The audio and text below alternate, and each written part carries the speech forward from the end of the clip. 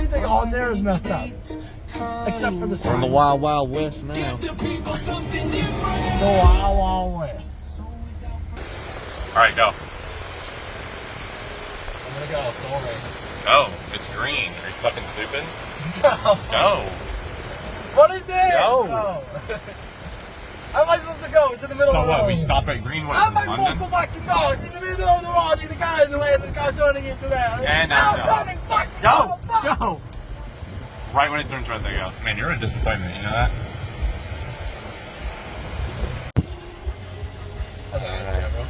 We are 18 minutes away. We were supposed to get to the house at 4, but Yeah, but fashionably late is what it's all about. because we're just gonna be super fashionably late. Because everyone's gonna be like, oh, we can't start the event. No one and Eddie aren't here yet. Oh no! And then, boom! We open the door. And Light like, shines through. And everyone's like, oh, there they are. And then we're gonna throw our coats and be like, and then Noah will throw the marquees and be like, Parker for me. Fuck off on me. Don't mind the stains all over his window. That was like 1,000,000 bugs we murdered. Yeah, this is like an army of bug guts. Bug guts. All right. Gone freaking mind, dude. First time I've ever been near a billionaire, dude. Oh god. Oh no, copyright, please. Wait, you're next to me. Copyright. No. We just got out of the lock-in. We're taking a lunch break right now. We're not in the lock-in. We're at the convention. We're at the convention. What did you learn so far, Eddie? That a lot of people are rich and I'm not. Same, bro. I learned that, like, low-key, I haven't been working as hard as I should be. I feel like I should be spending a lot more time on the business, and there's a lot of times where I get complacent. I also feel like, I don't know, I definitely think that's the biggest thing. And then also just, like, trying to make things work. I feel like the hardest part is, like, lead flow. And trying to get creative, like they said. That's the hardest part. It's like they say lead flow is the most important thing, but I'm like that. Lead flow, you gotta have fun. Yeah, so I don't know, bro. Like, I guess like becoming creative is what they were talking about. But like, there's definitely ways to make it work. I feel like if we want it bad enough, like we could figure out ways to make more money. We just gotta brainstorm stuff. So like, that's kind of we figured out what the biggest thing holding us back from is lead flow. So now we just gotta figure out how to solve that problem, like how to get more money coming in, even if it's like saving $2,000 up for a month of lead flow. Like we know we can sell leads. But it's more just having the money to buy the leads and coming up with how to get that initial capital, and then we can reinvest it later. So we're on lunch break right now. Up to you what we're learning. Ever. Never. It's just a matter of if the carriers are like, no, we got it. No, some of the carriers bet on people that don't do nothing, Dom. They just look like they do nothing. And some of the carriers like mutual. They're like, we like them. Like, of course you do. That's why you treat them like us. We do hundreds of millions. They do 8 million. Like, we got to treat them exactly the same as we treat you. And we don't even care what y'all do. All right, guys. We just got back from our first ever sales conference, or at least mine. I mean, everyone else, not really. And we're staying in this sick $1.4 million Airbnb for our agency, where tomorrow we're doing a lock-in. We're going to dial all day. Hopefully get some awesome training, but I wanted to record this kind of as an episode 2. I was originally going to do it after the trip, but I think this is good insight to just kind of look at where my head is at, like straight after the event and what I'm kind of thinking.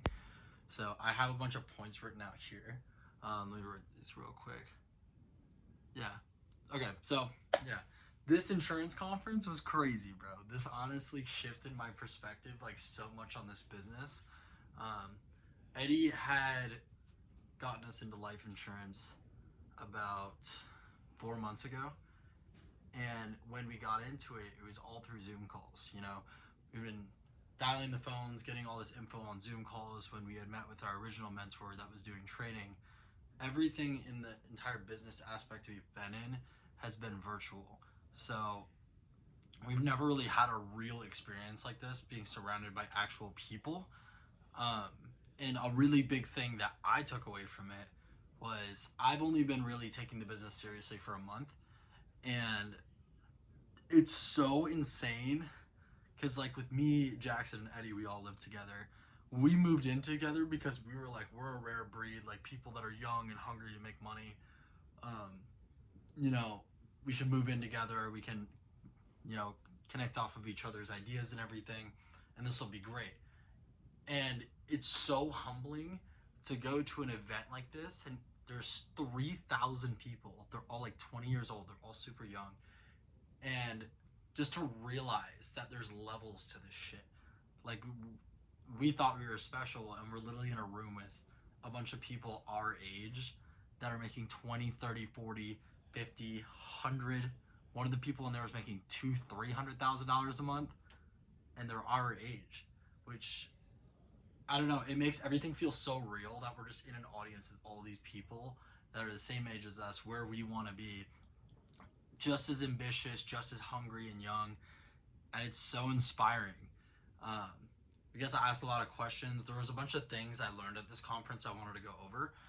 A big thing they talked about was consistency, which I've been struggling with. There's been some weeks I've had that were good where I've done like 80 hours, but then there's also been weeks where I know for a fact I could have done more, and I was complacent and I was like, oh, you know, I did good enough, but this, and this happened, and I just made a bunch of excuses. Even last week, I got 30 hours done in the week. Granted, our Wi-Fi went out.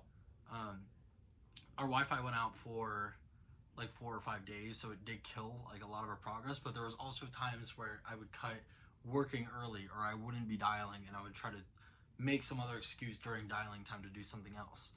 Um, so something they normalized in there is like, hey, if you want to be successful in this business, you're literally gonna have to work 12 hours a day. Like that's the bare minimum. I think like a big thing, at least for me, is I look at 12 hours like, oh, I'm some hardcore entrepreneur working 12 hours a day. And that's the bare minimum for the people in this room, for 3,000 people in this room. It's crazy.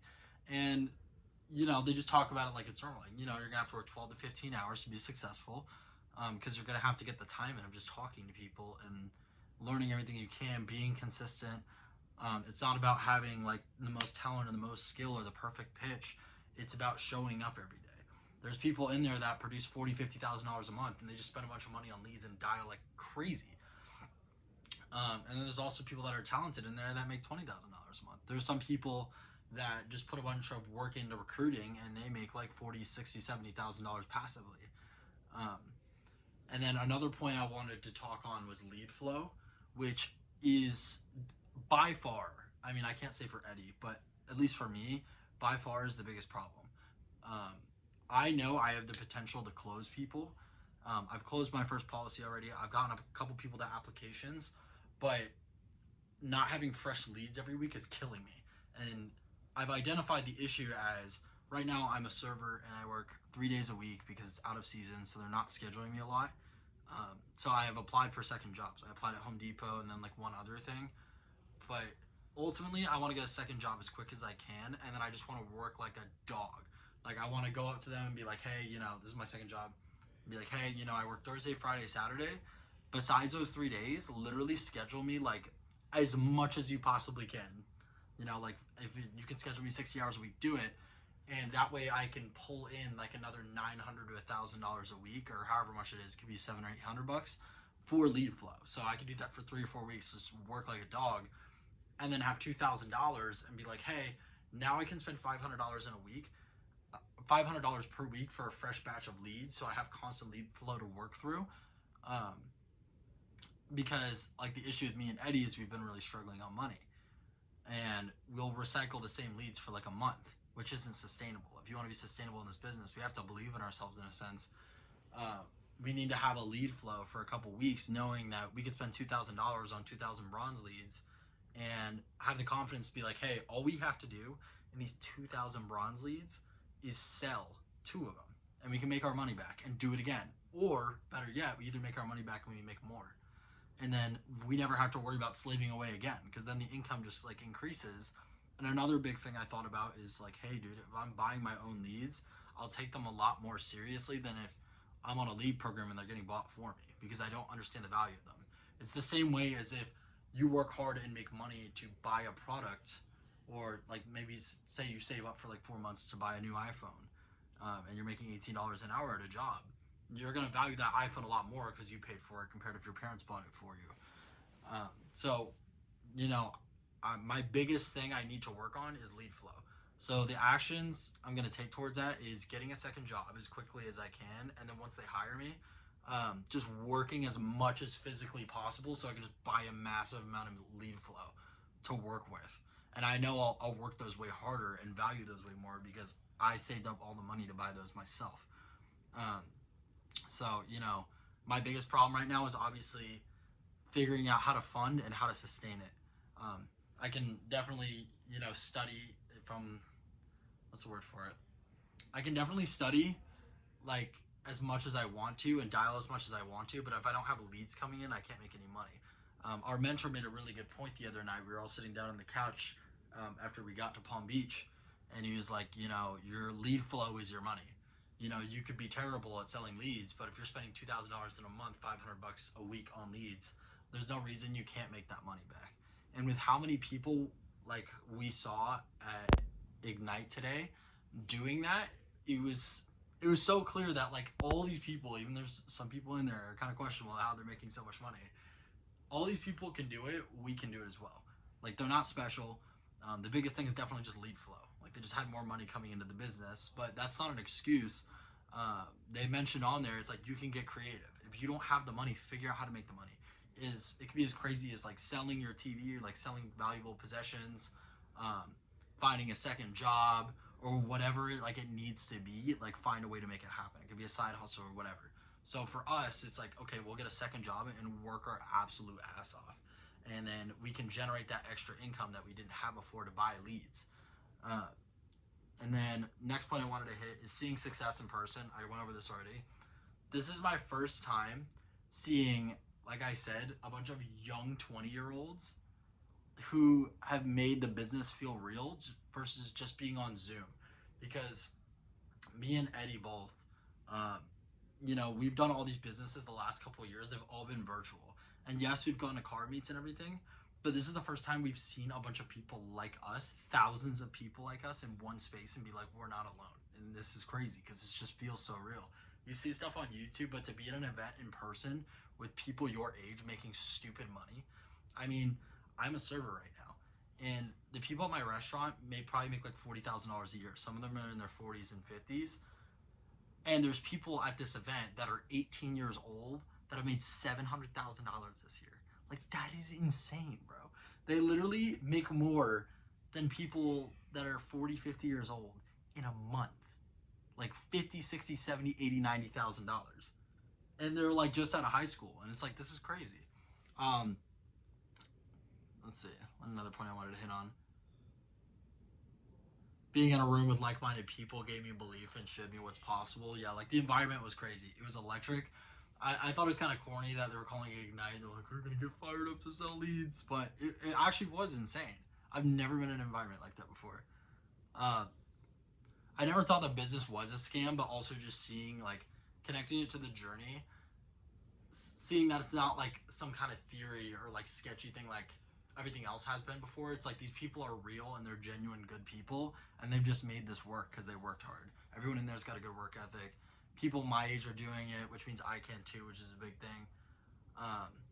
And seeing that this is the foundation for everything long term. Like, it's not just let's make $30,000, $40,000, $50,000 a month. This series is obviously called Becoming a Billionaire, and there's the potential to do that. They went over the top producers, like agency owners in the business, and the number one agency owner had made $200 million in his span of... Oh, okay, there's Eddie. All right. I'm recording my second episode. This guy's trying to be me. I'm talking about what I learned. Okay. What? You just threw a water bottle off the bed and it landed. Yeah, that's crazy. Yeah, but they had a slide. I don't know if... Did we take a picture of the slides of like how much money agency owners made? All right, bro. What's up, YouTube? They had a slide of how much agency owners had made, and the top 5 was like $200 million, and then the next 3 was... Oh, they did? Sick. And the next 3 was $100 million. Yeah, I have a picture. And then after that, like there was a bunch of like 50, 40, 30 million dollars. But it's like managers or producers? Like agency owners. Yeah, managers. Yeah. Top 25. The 25th guy was. Yeah, show them that. Oh, it's like inverted. It's okay. They can figure it out. Just read it. The 25th guy, his team did 5.5 million, which if all of his agents are, I mean, this wouldn't happen, but let's say all his agents were on 80%, or let's say they were all on 90, so he was making a 10% override. Dude, that's 500 grand. Yeah, like that's stupid. And then the top 25, the number one person, $205 million. Like, which is unfathomable. All he did is like, hey, bro, you want to join my agency? Even if he made 1% of that, $205 million, and he only made 1%, that's $2 million. that's $2 million Yeah, in a month, passive. Completely passive. $2 million a month passively, bro. Like, the money in this is absolutely insane. Yeah, but like the biggest thing I would definitely say from like all of that is it made me realize that I'm gonna go take a piss. okay.